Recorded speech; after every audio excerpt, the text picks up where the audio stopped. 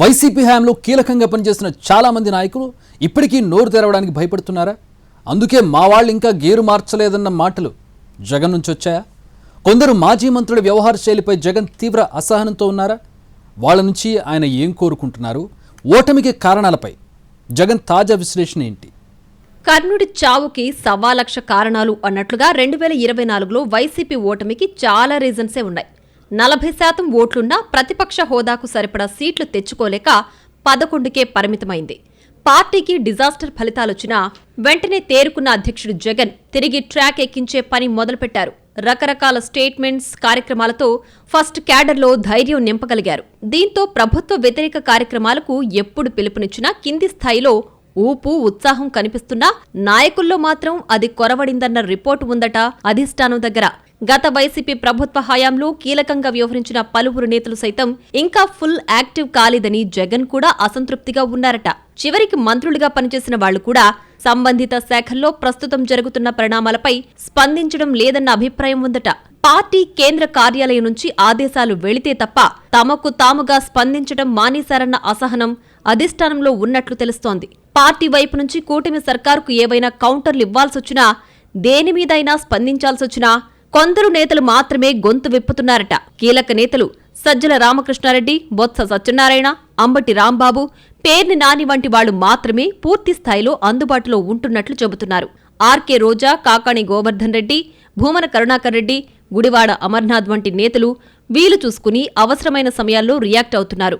మాజీ మంత్రులు విడదల రజనీ, జోగి రమేష్ లాంటి వాళ్లు హెడ్ ఆఫీస్ నుంచి ఆదేశాలు వెళితే తప్ప గొంతు సవరించుకోవడం లేదన్న అసంతృప్తి వైసీపీ పెద్దల్లో ఉన్నట్లు చెప్పుకుంటున్నారు.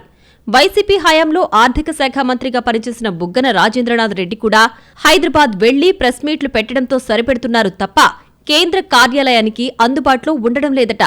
ఇతర మాజీ మంత్రులు కొడాలి నాని, కురసాల కన్నబాబు, ధర్మాన ప్రసాదరావు, కృష్ణదాస్, తానేటి వనిత, సుచరిత, పుష్ప, శ్రీవాణి, అనిల్ కుమార్, విశ్వరూప్, ఆదిమూలపు సురేష్, దాడిశెట్టి రాజా, ముత్యాల నాయుడు లాంటి వాళ్లంతా తమకసలు పార్టీ వ్యవహారాలు పట్టవు అన్నట్లుగా వ్యవహరిస్తున్నారట. కొందరు కేసుల కారణంగా సైలెంట్ అయితే, మరికొందరు మాత్రం ఎందుకొచ్చిన తలనొప్పులు సైలెంట్గా ఉంటే పోలా అనుకున్నట్లు తెలుస్తోంది. పార్టీ నుంచి స్పష్టమైన ఆదేశాలు వస్తేనే స్పందించేవారు కొందరైతే, అవసరమైనప్పుడు చూద్దాంలే అనుకుంటున్నవారు మరికొందరు. ఇదే ఇప్పుడు జగన్కు తలనొప్పిగా మారిందట.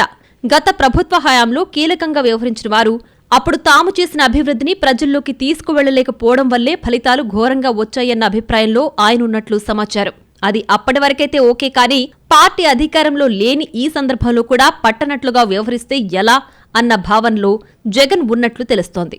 సూపర్ 6 హామీల అమలులో కూటమి ప్రభుత్వం వైఫల్యం, తాము ప్రతిష్టాత్మకంగా తీసుకున్న మెడికల్ కాలేజీల అంశంలో కూడా మాజీ మంత్రుల నుంచి పెద్దగా రియాక్షన్ రాలేదని భావిస్తున్నారట జగన్. చేసిన అభివృద్ధిని తాము చెప్పుకోలేకపోయామని, సరైన ప్రచారం చేసుకోలేకపోయామని జగన్ ఇప్పుడు రిలీజ్ అయ్యారన్న ప్రచారం జరుగుతోంది. అందుకే ఆయన నోటి నుంచి మా యంత్రాంగం మొత్తం ఇంకా గేరు మార్చలేదన్న మాటలు వచ్చాయంటున్నారు. తమ హయాంలో ఆస్పత్రుల రూపురేఖలు మారిపోయాయని, మెడికల్ కళాశాలలు, పోర్ట్లు వంటి మౌలిక సదుపాయాల కల్పనలో అనేక కార్యక్రమాలను చేసినా చెప్పుకోవడంలో వెనుకబడిపోవడం వల్లే ప్రజలు మంచిని గుర్తించలేకపోయారని జగన్ అభిప్రాయపడుతున్నారట. మరి వీటిని అధిగమించేందుకు ఆయన ఏం చేయబోతున్నారు?